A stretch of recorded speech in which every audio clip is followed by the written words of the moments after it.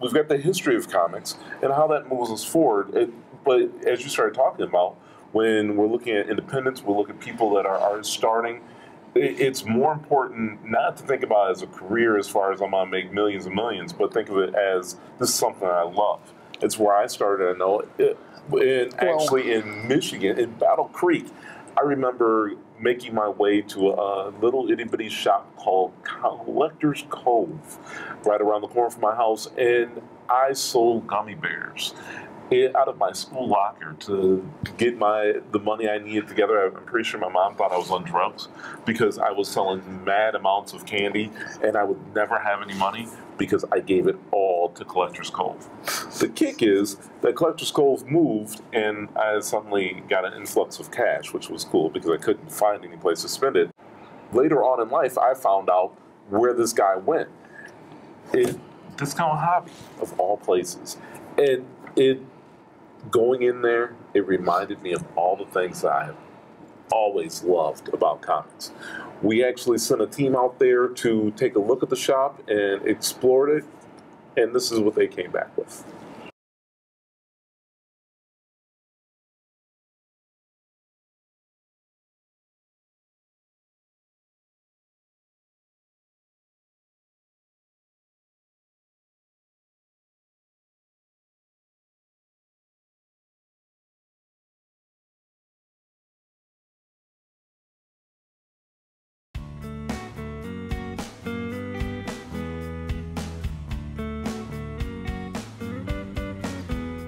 I'm Steve Allen, and I'm the owner of Discount Hobby located in Battle Creek, Michigan.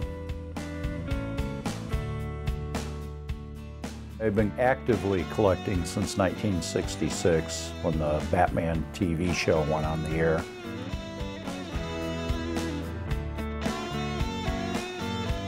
I remember at one point when I started collecting being a little embarrassed by buying them. But then I realized if I was going to be embarrassed by it, maybe I should stop, which I obviously haven't. I like the Green Lantern, Spider-Man, and Daredevil. My favorite would be Batman. First started collecting them, they were strictly looked at as a kid's product.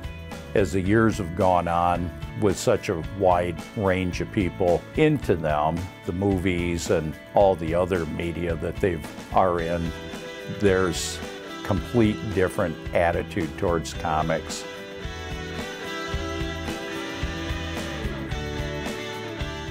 The store's been around since 1978, and I've owned it since 1992. Customers come in from younger people, kids in school, all ages up into their 60s. Some are teachers. I've got a few policemen that come here, people work in factories, retail, all kinds. I've got a number of people that I knew them as kids when they started coming in. Now they have their kids. They're coming in with them. That's a really cool thing.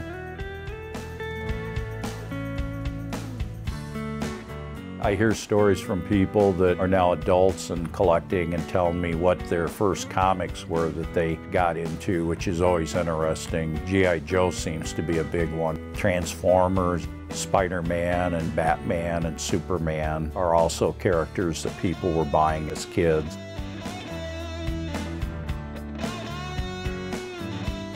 As adults, their areas of interest may have matured, but they're still into comics. When I grew up, there were comics everywhere. They had them in grocery stores, they had them in drugstores. Now, as far as the comic books go, they're pretty much just in comic shops. For a lot of younger kids, they've never even seen a comic book before. They know the characters from cartoons or movies or video games. It's kind of cool, and they come in and you see their eyes get wide and they discover this for the first time. A number of years ago, the big thing that attracted people in was the art. And now the big thing, people are looking for good stories. Comics are full of good stories. The biggest money-making movies in the theaters are based on comic book stories. We've got 5 very successful television shows that are based on comics. There's an awful lot of television shows that still live on in comics. One of the first ones was the Buffy show, Buffy and Angel. The show's ended on TV, but they're still putting out the comics and they're calling them the newest season. Smallville is on a new season. There's some other current shows that they're doing in comics that are extensions of the TV shows. And then there's movies that tie in with comics that are part of the continuity, like the current line of Star Trek movies. There's some wonderful books coming out that are tied in with the movies and they're part of the story. There's video game characters that they're doing comics on and they expand the stories. Batman's been around for 75 years and is still one of the most popular characters out there.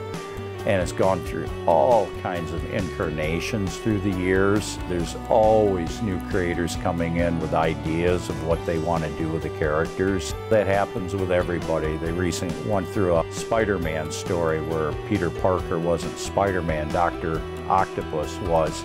That was a really, really good story. There's always new talent coming in, new creators, new writers and artists. There's always fresh ideas coming in because if there wasn't, this industry would have gone away a long time ago. There's characters in comics that virtually everybody on the planet knows. Batman's probably one of the most well-known popular culture character ever, with Superman and Spider-Man. Virtually everybody on the planet knows those characters. And you have the President of the United States making references to comic books. That's a big thing.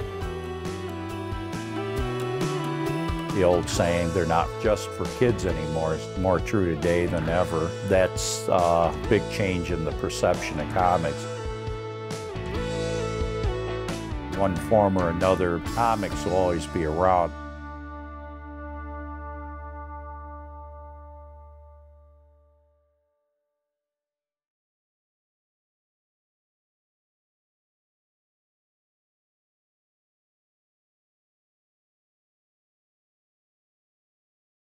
Thoughts?